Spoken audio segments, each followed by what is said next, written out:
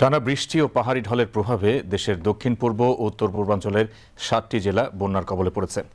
দুর্যোগ ব্যবস্থাপনা ও ত্রাণ মন্ত্রণালয়ের হিসেবে টানা বৃষ্টি ও পাহাড়ি ঢলের প্রভাবে সৃষ্ট এই দুর্যোগে শনিবার সন্ধ্যা পর্যন্ত কক্সবাজার, চট্টগ্রাম, বান্দরবান, খাগড়াছড়ি, রাঙামাটি, মৌলভীবাজার ও হবিগঞ্জ জেলায় ক্ষতিগ্রস্ত হয়েছেন ৭ জেলার ১০,২২,৯৬৩ জন মানুষ। দুর্গত এলাকায় প্রশাসনের পাশাপাশি সেনাবাহিনীর উদ্ধার ও ত্রাণ তৎপরতা অব্যাহত রয়েছে। বিস্তারিত উজ্জ্বল আহমেদের প্রতিবেদনে। টানা ভারী বর্ষণ ও পাহাড়ি ঢলের প্রভাবে সৃষ্ট বন্যার কবলে পড়েছে খাগড়াছড়ি, রাঙামাটি, বান্দরবান, কক্সবাজার, চট্টগ্রাম, মৌলভীবাজার ও হবিগঞ্জ সহ ৭টি জেলা।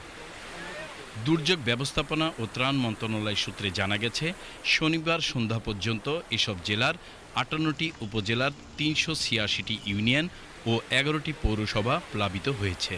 ৭ জেলায় পানিবন্দী হয়ে পড়েছে ২,৬৭,৯১৮টি পরিবার। চট্টগ্রাম জেলা প্রশাসনের তথ্য অনুযায়ী কয়েকদিনের ভারী বৃষ্টি, পাহাড়ি ঢল ও ভূমিধসে চট্টগ্রাম নগরীসহ জেলার ১৬টি উপজেলায় ১,৮৯,০০০ পরিবার ক্ষতিগ্রস্ত হয়েছে।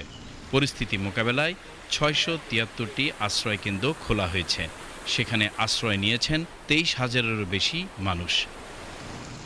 বন্যার্তদের সহায়তায় সরকার ৭০০ টন চাল ও ৬ কোটি টাকা বরাদ্দ দিয়েছে।